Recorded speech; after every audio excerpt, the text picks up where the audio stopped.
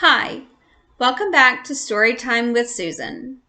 We are continuing our book, The Berenstain Bear Scouts and the Coughing Catfish. We're on chapter 12, so let's begin. Chapter 12, Red Alert. The Bear Scouts and Gramps shouldn't have been surprised that Saucer 1 was able to travel underwater like a submarine. After all, Actual Factual had told them they would fly like a bird and swim like a fish. Once they were over the shock, Gramps and the Scouts found the underwater experience exciting and interesting. The ride was so smooth that the Scouts didn't have to stay buckled up. It was a great chance to study aquatic life. The Scouts were watching an amazing underwater ballet through Saucer 1's window wall. And what a ballet it was! Fish of every shape and size swam, flashed, and hovered in Saucer 1's powerful underwater lights. There were lovely angelfish, grouchy-looking largemouth bass, schools of silvery snook, toothy pike, and needle-nosed gar. The Scouts were in nature lovers' heaven, especially Lizzie. She raced around the cabin, oohing and awing. It was all so exciting that for a moment the Scouts forgot about the mission and poor old Jake back in the Berenstain isolation tank. But the professor hadn't, not for a second. Saucer 1's underwater sensors had picked up the chromium trail as soon as they hit the water. It showed on the computer screen as a big flashing beeping CR. Actual Factual explained that every chemical had its own symbol, and CR was the symbol for chromium. So there was no question about it. Saucer 1 was definitely on the poison trail.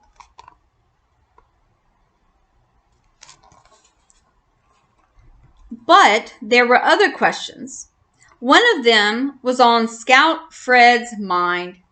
He had enjoyed the underwater ballet very much. But what really turned Fred on was how things worked.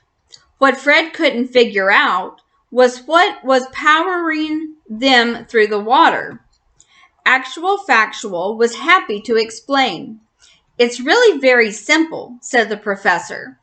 He called up a blueprint of Saucer 1 on the computer screen and zoomed in on the landing gear. The flashing CR was still there, but it was pushed into a corner.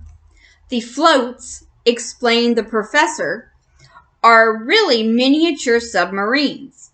They take in water, then they compress it, which means the water gets squeezed. That makes it heavier than the water around it, so we sink. The more we squeeze, the more we sink." "I see, Professor," said Fred, "but that doesn't explain what powers us through the water." "That's even simpler," said Actual Factual. "We get our power the same way squids do. We just squirt some of that compressed water from jets. That pushes us through the water. As I said, it's really very simple. Wait." While Actual Factual was explaining the pontoon system, he kept an eye on the CR flashing in the corner of the screen. Two things had happened. It had stopped flashing and became a steady signal. It had also turned red. "Gather round," he cried. "We've got a red alert." He touched another key, and the blueprint gave way to a big red CR. "What's it mean?" said Brother. "It means," said the professor, "that we've reached the end of the trail. The source of the chromium is just up ahead. It also means, I'm very much afraid," he added, "that Chief Bruno was right. It appears that the Bog brothers are the source of the chromium. All right now, I'm going to send up the video scope. Is that like a periscope? Said Brother. It's a periscope with a built-in video cam, he said. This is the first time I've used it in the field. So I hope, won't the Bog brothers see it? Said Sister. I don't think that'll be a problem, said Actual Factual. It's disguised to look like a floating log. All eyes were on the screen. A picture flickered into view. It was a very long shot of what had to be Skull Island. Look, said Brother, there's a big rock shaped like a skull in the middle, and buildings and sheds and docks all around. And bogs, said Sister. Lots of them, said Lizzie. Can you zoom in on them so we can see what they're doing, said Gramps. It's already on full zoom, said the professor.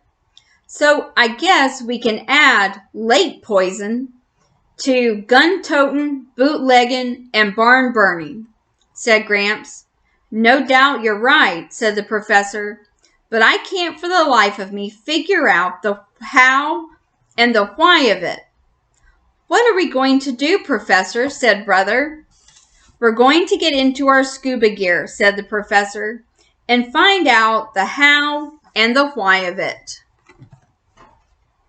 Well, they found the source of the poisoning, and it's chromium. They also found the who, the Bog family. And they're gonna finally go scuba diving. Well, to find out what happens, check out my next video for the next chapter. As always, like and subscribe, and have a good day.